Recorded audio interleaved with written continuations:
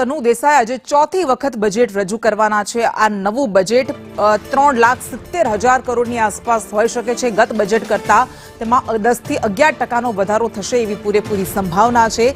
આજે બપોરે વિધાનસભાનું સત્ર મળ્યું છે અને હવે અડધો કલાક બાદ લગભગ 1:15 વાગ્યાની આસપાસ બજેટ રજૂ કરવામાં આવશે અને તેમાં કેટલીક મહત્વની જાહેરાતો પણ થઈ શકે છે, જેમાં સરકારનું ફોકસ યુવા, ગરીબો, મહિલાઓ અને ખેડૂતો પર રહેશે એવો દાવો કરવામાં આવ્યો છે। ઇકોનોમિક ઝોન બનાવવા માટે પણ સરકારનું ફોકસ રહેશે એવું કહેવામાં આવ્યું છે। સુરતમાં જે રીતે સ્પેશિયલ ઇકોનોમિક ઝોન બનાવવામાં આવ્યા છે એવી જ રીતે રાજ્યમાં પણ અન્ય 4 ઇકોનોમિક ઝોનની જાહેરાત થઈ શકે છે, જેમાં દક્ષિણ ગુજરાત, સૌરાષ્ટ્ર, કચ્છ અને ઉત્તર પૂર્વ ગુજરાતમાં ઇકોનોમિક ઝોન બનાવવામાં આવી શકે છે।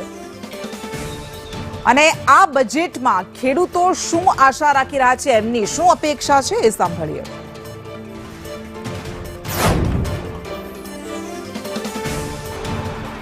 ગુજરાત રાજ્યનું આજે બજેટ જે છે તે રજૂ થવા જઈ રહ્યું છે।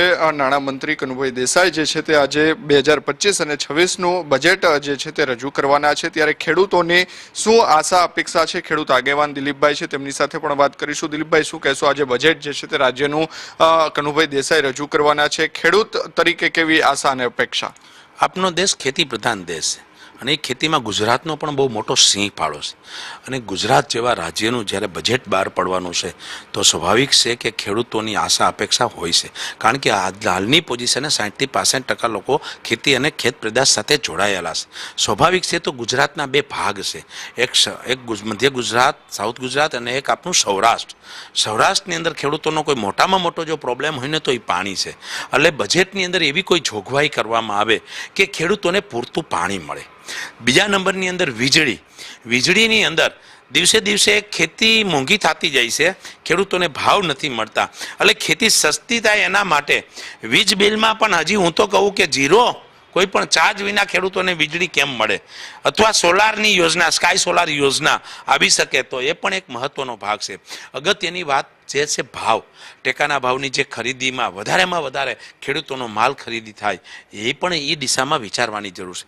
ખેડૂતોનું ડાયરેક્ટ વેચાણ વધે એના માટે ખેડૂતોને પૂરતો ભાવ મળે એના માટે મતલબમાં કહે ને કે વેર હાઉસ બની શકે, ટ્રાન્સપોર્ટની એવી વ્યવસ્થા થાય કે એક સિટીથી બીજી સિટી રેલવેની નાની એવી જોગવાઈ થાય કે શાકભાજીઓ બધે બીજા સ્ટેટમાં મોકલવું હોય તો ખેડૂતો મોકલી શકે, તો આ વિષય ઉપર પણ કંઈક ને કંઈક જોગવાઈ થાય એવી પણ પ્રયત્નની વસ્તુ છે।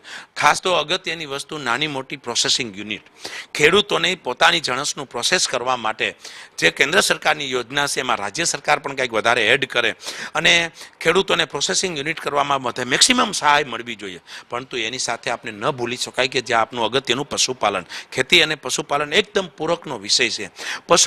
પશુપાલનનો વિકાસ થાય તેના માટે વધારેમાં વધારે પણ જોગવાઈ થાય એવી એક ખેડૂતના આગેવાન તરીકે મારી આશા અને અપેક્ષા છે। આપ શું કહેશો, આપ પણ ખેડૂત છો, કઈ રીતે જોઈ રહ્યા છો આ બજેટમાં શું સરકારે જે છે તે ખેડૂત તરફે રાખવું જોઈએ? ખેડૂતો માટેનું જે બજેટ બહાર પડી રહ્યું છે એમાં ખેડૂતોને એક જ આશા હોય છે કે ક્વોલિટી પ્રૂફ માલ મળે, સસ્તા માલ મળે।